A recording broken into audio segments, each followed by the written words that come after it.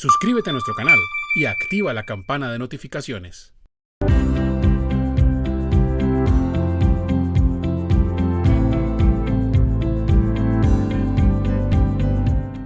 ¿Cuáles son los aspectos que debe tener en cuenta un empleador para atender la visita y los requerimientos de la UGPP?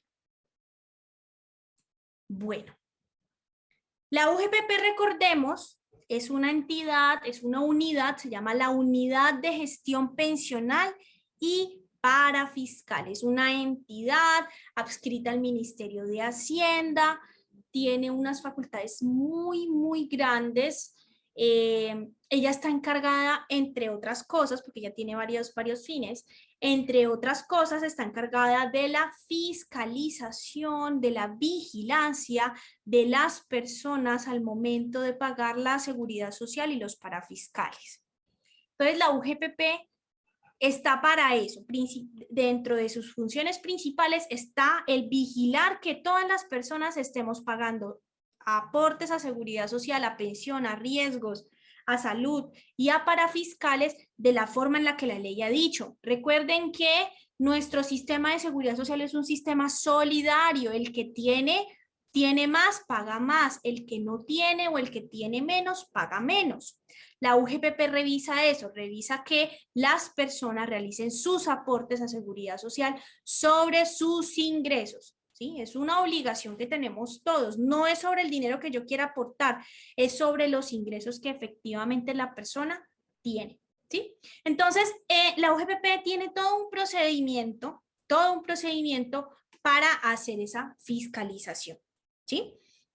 El primer momento en esa fiscalización es un aviso persuasivo, es un aviso, es una invitación que hace la UGPP a la persona y le dice, venga, pues mire, yo creo que usted como que tiene inconsistencias, irregularidades en los aportes a seguridad social como independiente o de sus trabajadores, por favor, corríjalos. Sí, es una invitación, no es una orden. Entonces ahí ya la persona tiene la opción o de corregir si se da cuenta que hubo un problema o de ignorar ese aviso persuasivo.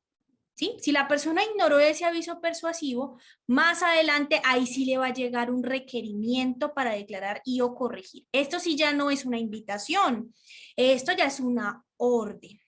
¿Sí? Antes de ese requerimiento, pues se le va a pedir una información a la persona para pues corroborar si efectivamente los aportes se realizaron como debían de ser.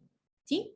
Entonces, cuando llegue ese requerimiento para declarar y o corregir, la persona pues tiene dos opciones, o acepta que efectivamente hubo, pues que tienen que corregir una información o pagar, o no acepta y entonces interpone un recurso en contra de ese requerimiento, ¿sí? Interpone eso es un recurso de reconsideración contra esa, digamos que esa primera decisión de que se tiene que declarar y o corregir, ¿sí? Cuando la persona interpone ese recurso de reconsideración, ¿sí? La persona tiene que, digamos que la UGPP, perdón, le va a emitir una liquidación en donde le va a decir, pues le puede dar la razón y decirle, no, efectivamente usted no tenía que pagar eso, o en caso de que sí, en caso de que no, mire, usted tiene que tener en cuenta que sí cometió esto, sí faltó esto, usted no pagó esto, lo voy a sancionar por esto, ¿sí? O sea, hay una respuesta ante ese recurso de reconsideración. Esa respuesta es la liquidación oficial. En esa liquidación oficial, pues se le informa a la persona esa decisión de si ya queda en firme pues esa situación que se presentó o si, bueno, lo vamos a modificar. Contra esa liquidación oficial, la persona puede presentar de nuevo un recurso de reconsideración, tiene 2 meses para presentarlo, o pues puede pagar lo que en la liquidación oficial está establecido, ¿sí? Entonces, ¿qué hay que tener en cuenta cuando estamos ante un proceso ante la UGPP? Que la UGPP ha iniciado este proceso de fiscalización. Hay que tener en cuenta que debemos entregarle la información clara, concreta de lo que se está pidiendo, en la forma en la que ellos lo están pidiendo, sin variar información, sin modificarla. Tiene que ser información real. Miren que ellos tienen la forma de corroborar mucho la información, ¿sí? La UGPP, ¿qué le puede pedir al empleador o al trabajador independiente? Pues le puede pedir planillas de seguridad social, le puede pedir información de nómina, bueno, la documentación que crea pertinente, ¿sí? A los trabajadores independientes también les puede pedir información contable y demás para saber y determinar los ingresos de la persona, que los costos, que los gastos, todo eso, los balances. Toda esa información la puede requerir la UGPP y ese empleador o ese independiente pues está en la obligación de entregarla de forma adecuada, ¿sí?